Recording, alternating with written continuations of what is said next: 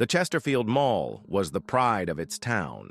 Built in the late 1980s, it had weathered changing times and trends, surviving when many other malls had closed their doors. On December 30th, the food court was packed with shoppers rushing to use gift cards and snag post-Christmas deals. Strings of glittering lights hung from the ceiling, and holiday music played over the speakers. Jared, a 27-year-old mall security guard, adjusted his walkie-talkie as he leaned against a railing on the second floor. "Another day in paradise," he muttered to himself. His co-worker, Beth, rolled her eyes. "Cheer up, it's almost New Year's," she said, sipping coffee from a styrofoam cup.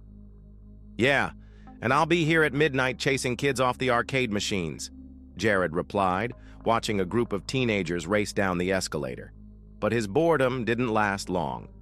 A crackling voice came over the radio.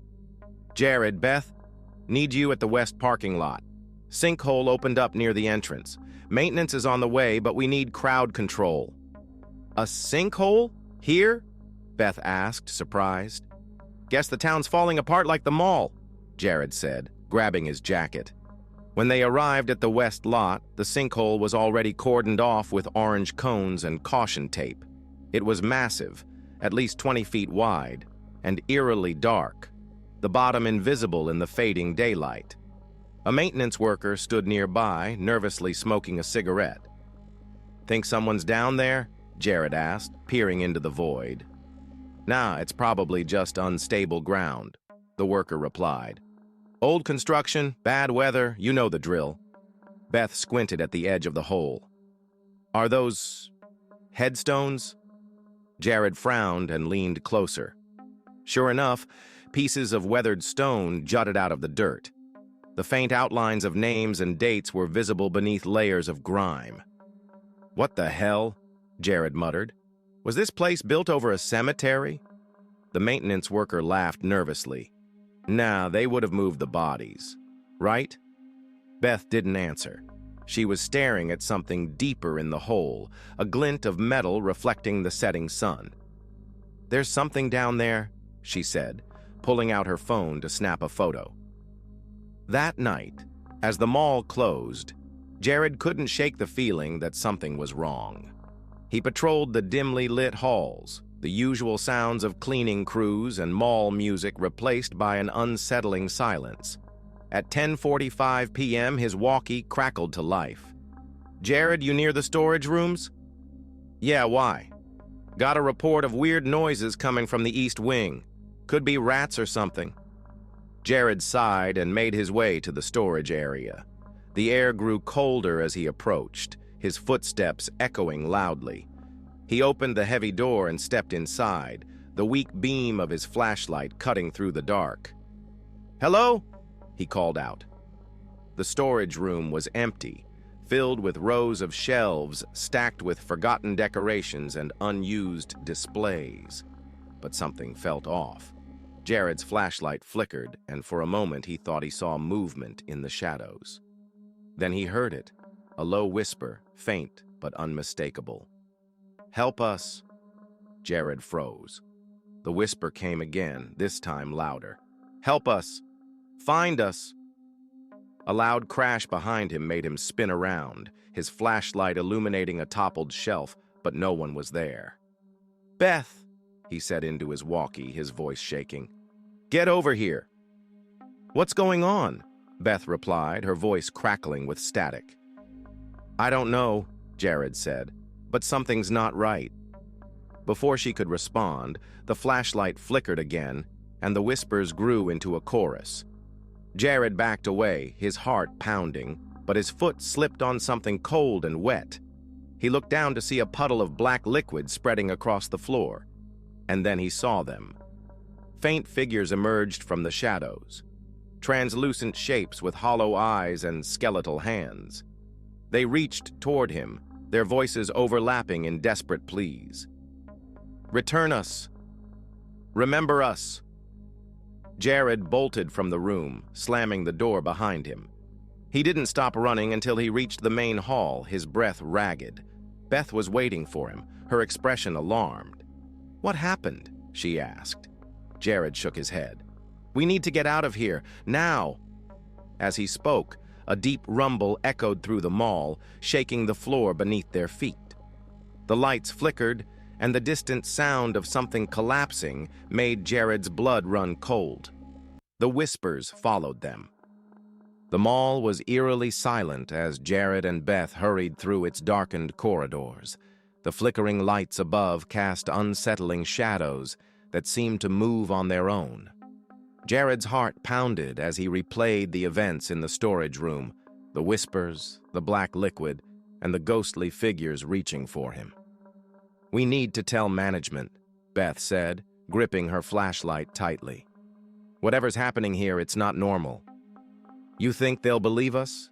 Jared shot back. "They'll say it's stress or some gas leak from the sinkhole." As they rounded a corner, they stopped abruptly. The floor ahead of them was wet. Black streaks smeared across the tiles like a trail. The air was colder here, heavy with the faint scent of decay. "Is that oil?" Beth asked, her voice trembling. "No," Jared said, swallowing hard. "It's the same stuff I saw in the storage room." They followed the trail cautiously, their footsteps echoing in the cavernous space. It led them to the west wing, where the sinkhole was closest. The entrance to this section was blocked by a heavy metal gate, but the black liquid seeped through the gaps, pooling on the floor. "What's in there?" Beth whispered. Jared shook his head. "This area's been closed for years. It used to be a small department store, but they boarded it up after the renovations." Beth's flashlight flickered, the beam dancing across the gate. For a moment, Jared thought he saw something move on the other side, a flicker of white in the darkness. "Did you see that?" Beth asked, stepping closer. Before Jared could answer, the gate groaned. Slowly, impossibly, it began to rise on its own. The black liquid rushed forward like a living thing, spreading across the floor in a thick, oily tide. "Run!" Jared said, grabbing Beth's arm and pulling her back. The gate slammed open, revealing the abandoned wing. Rows of empty shelves and broken mannequins stood in the gloom, their shadows twisted into grotesque shapes. But the black liquid wasn't done. It flowed into the room, pooling at the center. Jared's breath caught as the liquid began to rise, forming a tall, humanoid shape. The figure was featureless at first, a writhing mass of black, but slowly it solidified. Hollow eyes appeared, glowing faintly in the darkness, and long, clawed hands reached outward. Beth gasped, stumbling back. "What is that?" The figure took a step forward, its movements jerky and unnatural. The black liquid continued to drip from its body, pooling around its feet. "Return us!" it rasped, its voice a guttural echo. Jared tightened his grip on Beth's arm. "We need to go!" But as they turned to flee, the air grew heavy, and a chorus of whispers filled the space. Dozens of smaller figures began to emerge from the shadows, ghostly shapes with hollow eyes and skeletal hands. They surrounded the pair, their movements slow but deliberate. "What do you want?" Jared shouted, his voice shaking. One of the figures stepped forward. "To be remembered," it said, its voice overlapping with the whispers. "This land was ours. We were buried here, forgotten." Jared's stomach churned. "The graveyard. The sinkhole uncovered it." The figure nodded slowly. "You built this. Over us. And now you will pay the price." "We didn't know," Beth said, her voice trembling. "We're just workers. Please, let us go." The figures didn't respond. Instead, the humanoid figure at the center raised a clawed hand, pointing at Jared and Beth. The whispers grew louder, deafening, as the shadows closed in. "Run!" Jared shouted, pulling Beth toward the nearest exit. They sprinted through the halls, the ghostly figures in pursuit. The mall seemed to twist and shift around them, the familiar layout transforming into a maze of endless corridors. The air grew colder with every step, and the sound of their pursuers' footsteps echoed in their ears. "Here!" Jared shouted, pulling Beth into a maintenance room. He slammed the door shut, bracing it with his shoulder. Beth leaned against the wall, gasping for breath. What? What are we going to do? Jared scanned the room, his eyes landing on a stack of old blueprints. He grabbed them, flipping through the pages. These plans, he said, his voice trailing off. What is it? Beth asked. This isn't just a graveyard, Jared said, his eyes wide. There's something beneath it. Look, he pointed to an area marked sub-level, a space that shouldn't exist. What is that? Beth asked, her fear mounting. Jared looked at her, his face pale. It's a crypt. Before Beth could respond, the door rattled violently. The whispers returned, louder and angrier. They're not going to stop, Jared said, his voice grim. Not until we go down there. Down there? Beth said, horrified. Are you insane? It's the only way to end this, Jared said. We have to find out what they want. The door burst open and the shadows poured in. Jared grabbed Beth's hand, dragging her toward the maintenance elevator at the back of the room. They dove inside, slamming the gate shut as the shadows clawed at the bars. Hold on, Jared said, hitting the button for the sub-level. The elevator groaned as it descended into the unknown. The whispers followed them, growing louder as the darkness closed in. The elevator creaked and groaned as it descended into the sub-level. Jared and Beth stood in tense silence, the weak beam of their flashlight illuminating the narrow, rusted walls of the shaft. The whispers grew louder, surrounding them like a sinister chant. What do you think is down there? Beth asked, clutching Jared's arm. Something that was never meant to be disturbed, Jared replied, his voice low. The elevator came to a jarring stop, and the gate rattled open.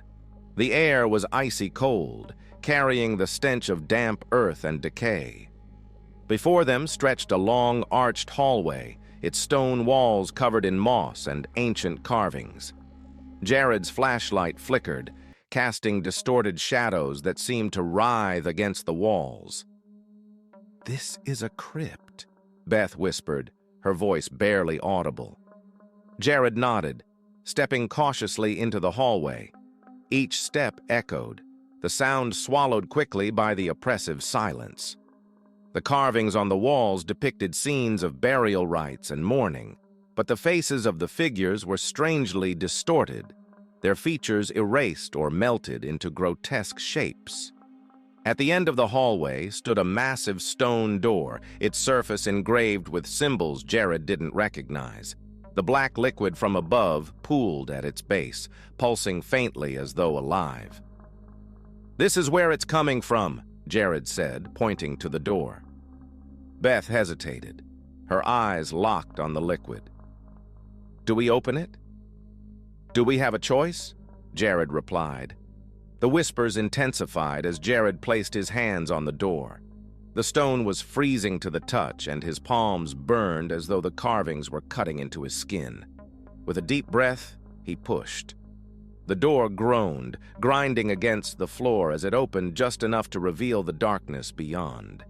Inside was a circular chamber, its walls lined with niches holding crumbling urns and skeletal remains. In the center stood an ancient altar, its surface stained black.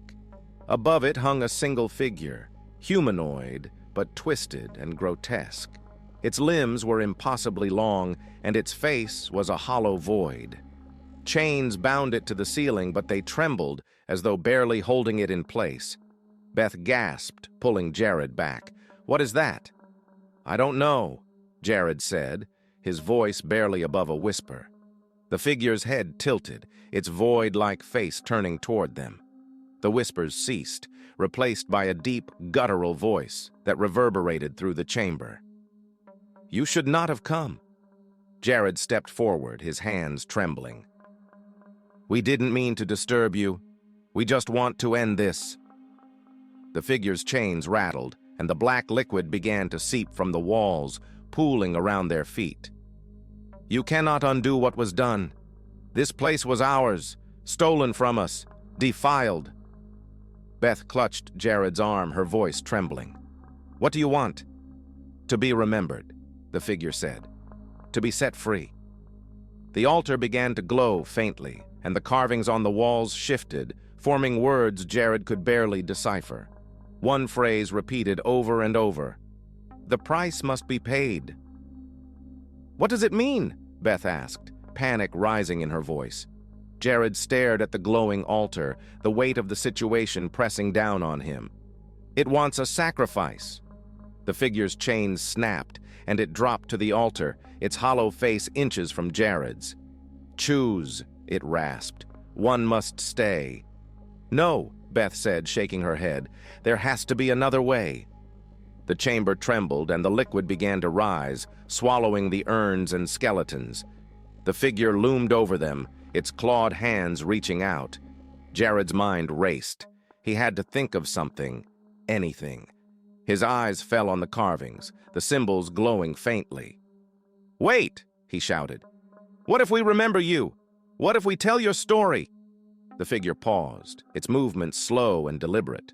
"Words fade. Memories die. But blood remains." Jared grabbed Beth's hand, pulling her toward the altar. "If we don't do something, it's going to take us both." "No," Beth said firmly. "We survive together. We'll find another way." The liquid surged toward them, and the chamber began to collapse. Jared looked at Beth, his eyes filled with desperation. "Run," he said. Before she could protest, he pushed her toward the hallway and turned back to the altar. The figure descended, its clawed hands outstretched. Jared's scream echoed through the crypt as the chamber sealed itself behind him. Beth stumbled out of the elevator, gasping for air. The mall was eerily silent, the black liquid gone. The lights flickered back on, casting an artificial cheer over the empty halls. "Jared?" she called out, tears streaming down her face. There was no answer. She collapsed onto the floor, clutching the blueprints to her chest. Jared was gone, but the mall was normal again. The whispers had stopped, and the shadows were still. But as Beth looked back toward the elevator, she saw a faint, glowing figure standing in the doorway. Jared's face was pale, his eyes hollow. "Remember us," he said, his voice echoing faintly. Then he was gone. The mall reopened the next day, its patrons blissfully unaware of what had transpired. But Beth never forgot. Every time she passed the West Wing, she felt it, the lingering presence of the forgotten graveyard beneath.